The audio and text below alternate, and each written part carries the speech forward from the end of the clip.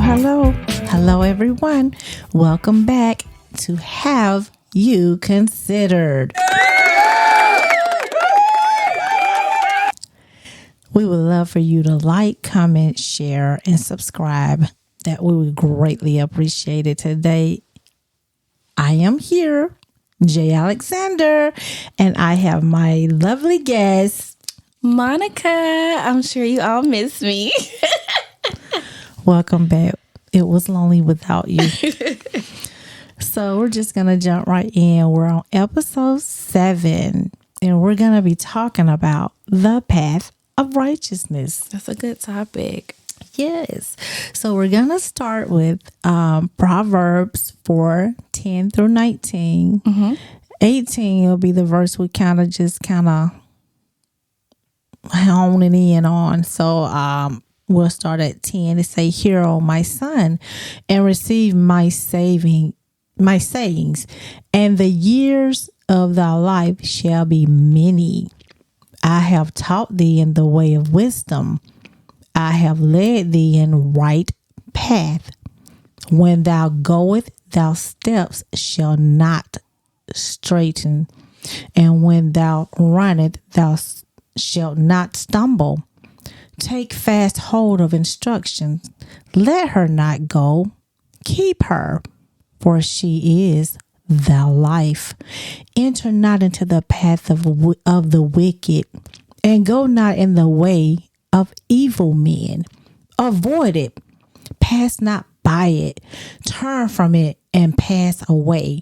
For they sleep not, except they have done mischief, and their sleep is taken away, unless they cause some to fall. For they eat the bread of wickedness and drink the wine of violence. But the path of the just is as the shining light that shineth more and more unto the perfect day. The way of the wicked is as darkness. They know not what they stumble." So this passage is telling us to follow the instructions that were given to us. Yeah. And to walk in that path of righteousness and to avoid evil. The word tells us to flee evil. You know, when it say flee, it's called run away. So when you see, we have enough sense when we see, we can tell when it's something good coming or when it's something bad is coming. Or something evil or something that's just not right. So when we see that, the word tells us to run the other way. It's not your go ahead to stand still and stand in front of it to say, "Hey, I'm gonna fight it to the end." He didn't tell us to do that. He told us to run away. And that's how a lot of times a lot of people, hey, even I in at some point in life have gotten tangled up in where I should have been running. I stood right there. So you know, when you see it, you recognize it. You get, as you call it, a feeling, a bad. Oh, I had a bad feeling. Go the other way. Yeah.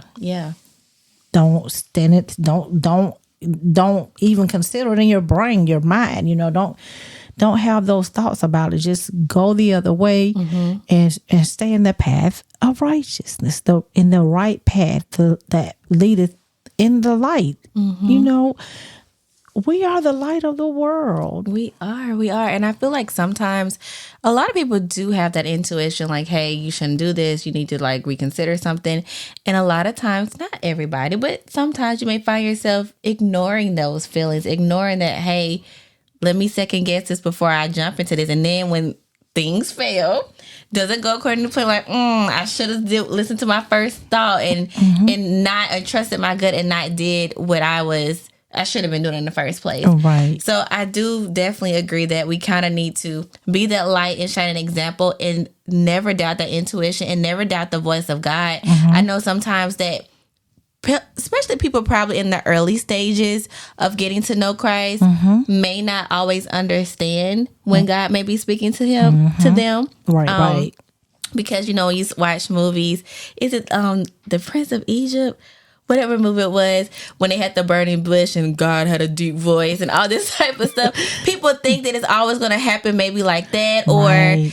they don't know how it's going to be. And sometimes it really could sound like a thought coming in your head, or God can give you a sign. Like, it's different. God speaks to Or an people in different unction, ways. something in your heart. Yes, yes. And so people just have to be open and Sensitive. sensitive to the spirit. Yes. And realize that God can speak to them in many, many ways. Many ways. Yeah. And you just have your eyes open, your ears open to listen and receive and to be obedient, because our action in everything, I mean, in what we do or not do is everything to God. Yeah. Even though we're not going to heaven by our works, because some people think that they can work their way into heaven. There Yeah. is not a working your way into heaven.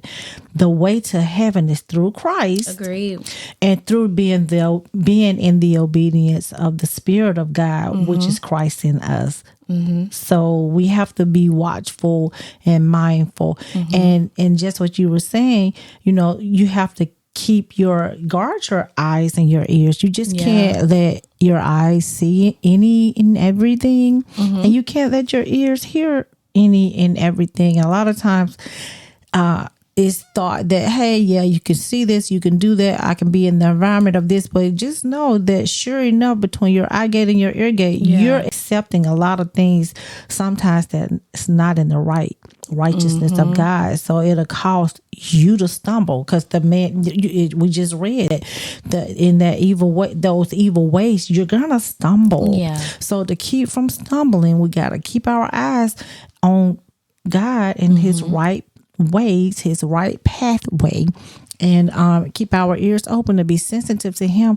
And then if He tell us to do something, to do it, or if He tell us not to do something, we have to be sensitive enough to know not to do it, because He's leading us regardless of whether it's to save us or not save us. Yeah. It's just the obedience of Him saying not to do a certain thing, just not to do it.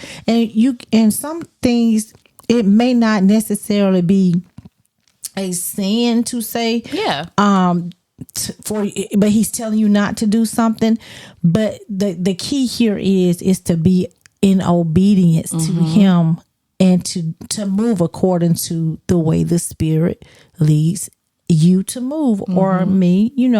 That's how we have to move in the earth.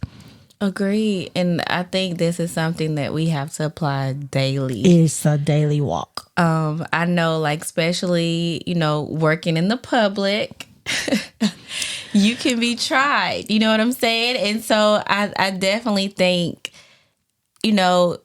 definitely considering, hey, making sure I'm walking in the Spirit, I'm doing, moving the way God wants me to move, is very, very crucial. And so it's important that even when some people get out of character, that doesn't mean you have to get out of character. Right. I mean, I've had people to really try to gaslight me, throw insults and stuff. And I think because I don't give them the reaction that they're looking for, it bothers them sometimes, it does. right? It's so funny. It really bothers them. And my thing is, I'm not a fighter. I've never been a fighter. You know what I'm saying? I'm a peacemaker. I try to keep the peace. I'm not about drama or anything. But definitely when you notice, like, people who are trying to cause drama, trying to cause issues, if it's not something that you can actually have a conversation with them and rectify, those are times where you got to walk away and step away. And the Bible tells us to do just that. Yeah. I know it says, with that part, it says turn the other cheek sometimes. So people like, I ain't gonna turn the other cheek, I'm gonna swing. Well, we can't be out here swinging. We can't swing. We can't be swinging. Sometimes we get in some trouble, bigger trouble than we trying to be in. But I just said it to say, like, we just have to be cautious and be prayerful how we move, because just know somebody is always watching. Yes. Right? They're gonna see, oh, in this situation, Janet didn't go off. You know what I'm saying? Janet was very calm in this moment. Maybe that's something I can apply to my life. Right. And honestly, you just never know who is watching. I did have somebody, share with me that some people may feel some kind of way because I am in a leadership role, that I don't respond to things in a way that they would want me to respond, that things don't always get to me. That's not saying that it doesn't bother me. Right. And it doesn't get to me. Right. But I'm not going to show it in front of them. Now, I might have to have a talk with Jesus and cry, call my husband, call my mama, you know what I'm saying? Have that moment, but I'm not going to show that in front of them. And so I think it is a daily walk, a daily struggle, and to strive to be what God called us to be. I thought about this too, when you were saying like, just in general with this topic, for us to apply this to everyday life. Yes. Like, for instance, I don't want to accept this, but the first step is acceptance. I do have, or acknowledging what it is. I do have a slight road rage. I have noticed this. Oh, goodness. Sometimes I get a little flustered when people, cut me off. But but I think that makes anyone upset or bothersome. It's bothersome. It does. When because if a person is driving and they're quiet, sometimes people are not paying attention. They're not. So for something like that to be thrown at you, it's catching you off guard. We'll say off guard, but I like get, but I get what you're saying, because the rage would be, you're getting angry about it. Yes, so I do get a little flustered when that happens. And my aunt told me, she was like, Monica, don't get flustered. Say God bless you. And that was the hardest lesson to learn. But sometimes I have to find myself, I'm about to get upset, like, God bless you. I'm going to let God handle it. You know what I'm saying? And it's I know it for some, it may seem super small, but we got to let God fight our battles and handle things. Yes. We don't know, down the line who God made and then you cross your path for you, to be a light to them, for you to bless them, how things come. And you just never know the outcome for things. And so definitely changing the perspective of, instead of me getting angry and being rah-rah, saying, God, thank you for covering me. Thank you for keeping me in this moment, so I didn't have an accident. And please keep these people as well. And I pray they get closer to you, right? So they know how to drive and handle it, navigate life. You know what I'm saying? So I just thought that was just an example that was kind a of great crossed my example, mind. Yeah. Because I'm sure a lot of people go through that more so than what they would care. Yeah. Because sometimes I drive and I feel like I drive and I'm like la la la loo loo loo, I'm driving and somebody cut me off. Like, now, why did they do that? They didn't have to do that. You know what I'm saying? I might say something like that and keep it going, but I think it's in the frustration of when you're in bumper to bumper traffic. And I have found myself and I on one ride coming back from Florida, I remember this specifically because Dad kept telling me, Jan, you can't be, honking your horn at people because you don't know what's going on in other people's minds, which is so true. So you have to be mindful and prayerful in every situation. Even as simple as you're saying, driving in the public and someone just keep purposely getting in front of you. And I don't know if I think I shared it with you one time about when I was driving and this person cut me off, and I really did get angry. I got angry about it, and I got angry and I drove angry, and then when he, as we went on, I got in front of him. Well, now he done got angry. So he got angry with me. And we did this about three times. And it was almost a collision each time. Goodness. And, I was very angry about it. And then it was that night I went to bed and I had a dream. I don't know if did I share that with you before? I may have just, but yeah, I had a dream, and in the dream, it was like in the back side of my house in the woody areas. I saw a car just like it had drove off the road and was just in the trees. I saw the lights on. It was like near dark in the dream.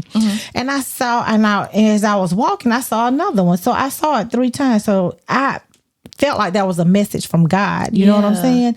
That I saw that happen with me 3 times with the same driver, and we were back and forth, and it should have never happened, but it did. And I'm like, God, forgive me. I had to ask the Lord to forgive me for my actions behind what happened.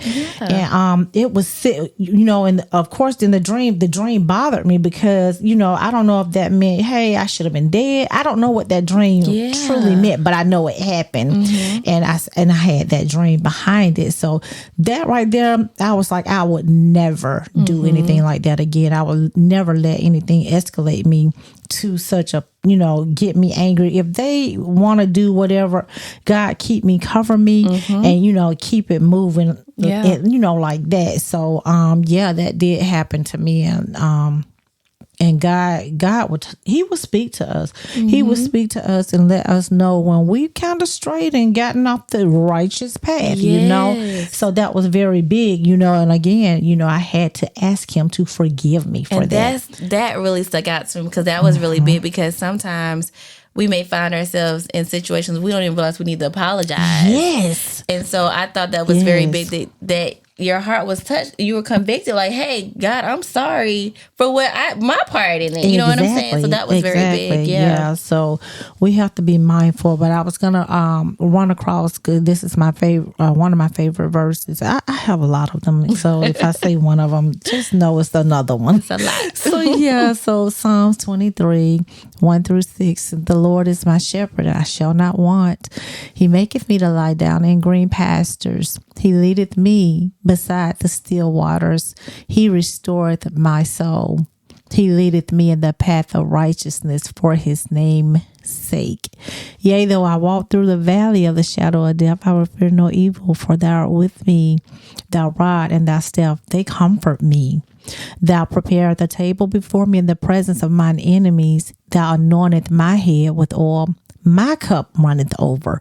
Surely goodness and mercy shall follow me all the days of my life, and I will dwell in the house of the Lord forever.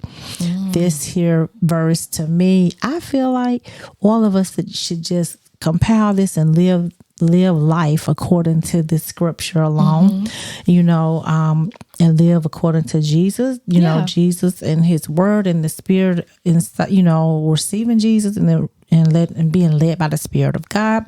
So in this verse, it said, he leads me in the path of righteousness and restores, which makes me over. Restore, he makes me over.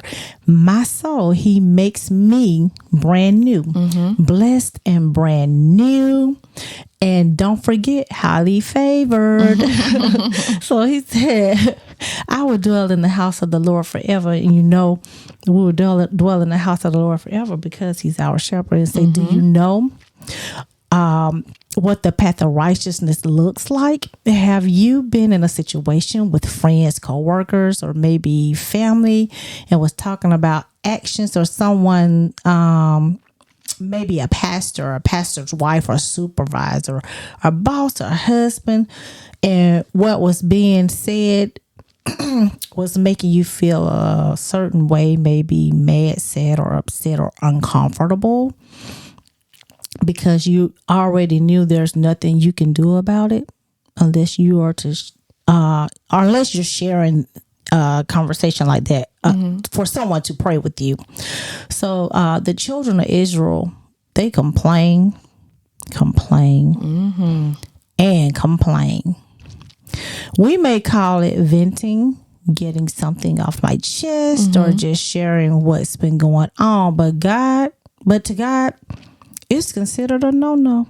The path of righteousness would be to take it to God and to tell him about it. Our cares, our issues, our downfalls, even our celebratories. Take it to him. We have to take it all to him. Do you know why? It's because he created us. He is our go-to. He is my help. Look to the hills from which comes my help, because my help, it comes from who? The Lord. The Lord. My help comes from the Lord. This journey of life with God, it's real. It definitely and is. he is real. And he wants to be in the middle of it all. Not some of it, but in the middle, leading and guiding in the midst of it all. Let Jesus lead you all the way from earth to glory. Let Jesus lead you all the way. So we have to pray daily.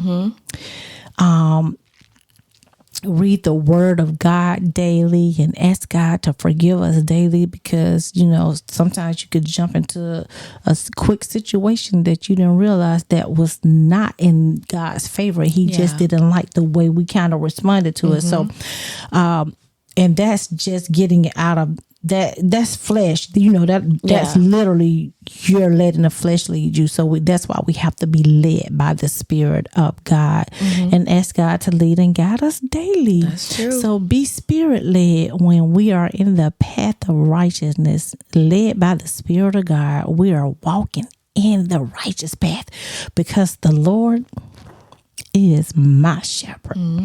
Have you considered God's righteous path? Until next time, have you considered?